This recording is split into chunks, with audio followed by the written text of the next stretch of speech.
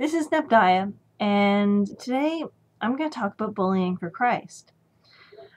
Now, this is sparked by an article I read on the CBC website yesterday, and it was about a kid who was suspended from a Nova Scotia high school for wearing a shirt that said, "Life is wasted without Jesus." Now, I'm not entirely keen on the message of that shirt being pagan and all, but I'm pretty big on free speech. So I thought, oh, whatever, what bullshit is this? So I clicked the article and read it. Then as you read the article, you find out that this kid had been wearing this shirt every single day for weeks on end and had been asked several times not to wear it to school again. Not only that, but it turns out he was preaching to other kids, telling them to accept Jesus, and if they didn't, he would tell them to go to hell. And I totally agreed that this kid should be suspended. But I was sort of at odds to myself as to why. Because like I said, I really am big behind the free speech thing. And then I realized something. That this wasn't about free speech at all. It was about bullying. Bullying is very simple. When you strip it down, it's about a person who feels he's got power over other people for certain reasons. And then exerting that power to harass, intimidate, or physically harm. And that's what this kid was doing. Now, normally in high school, the power behind a bully is either popularity or physical prowess. In this case, it just happened to be Jesus. And that's when the shirt came into focus. Because it would be like a bully who liked to beat kids out in the basketball court saying, "After school, I'm going to pound your head in." If you wore a shirt like that, yeah, he'd get suspended pretty quick. Or at lunch, "I'm going to stick your head in the toilet and flush," if the bully had a habit of doing that. And that's basically what this shirt was. This was a constant reminder that as soon as this guy got the chance, he was going to be unpleasant. He was going to harass and intimidate. And basically, all the shirt said, in my head at this point, is, when I get a minute, I'm going to bully you for Jesus. So I really started to agree with the decision of the school to suspend this kid.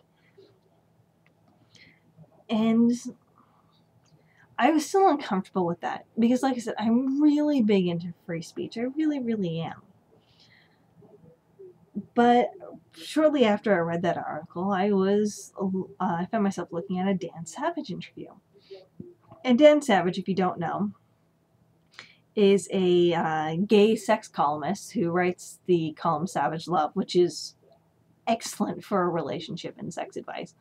I really recommend his stuff. But he pioneered the It Gets Better project, which is a project to let teens know, particularly lesbian, gay, transgender, and bi teens, that it gets better. But this really applies, and he said this in the interview I was watching, this really applies to any kid that's getting bullied. Not just the queer kids. We're just going to say queer because it's easier for now. And I'm not really distinguishing them for the purposes of this video. If I really get into things, then I'll start being more specific. But I just sort of thought, you know what? And especially after reading all the comments on the CBC about the whole, well, in my day, so-and-so wouldn't have been suspended for this. Or in my day, whatever.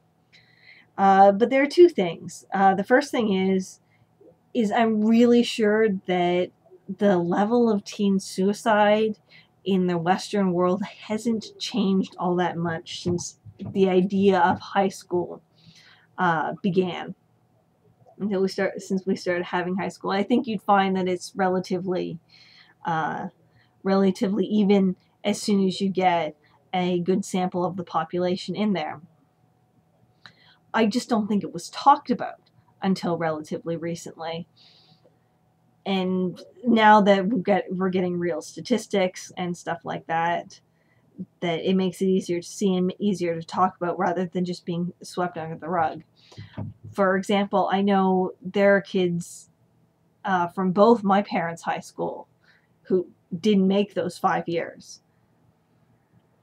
And what happened to them? Who knows? Maybe it was an accident, maybe it was suicide. Who knows? Either way, it wasn't, I didn't get the details, and nor do I want them. I'm just saying that if you ask around and people with relatively big schools, they probably know someone who didn't make it through high school. And that's when everything just sort of came into sharp perspective for me.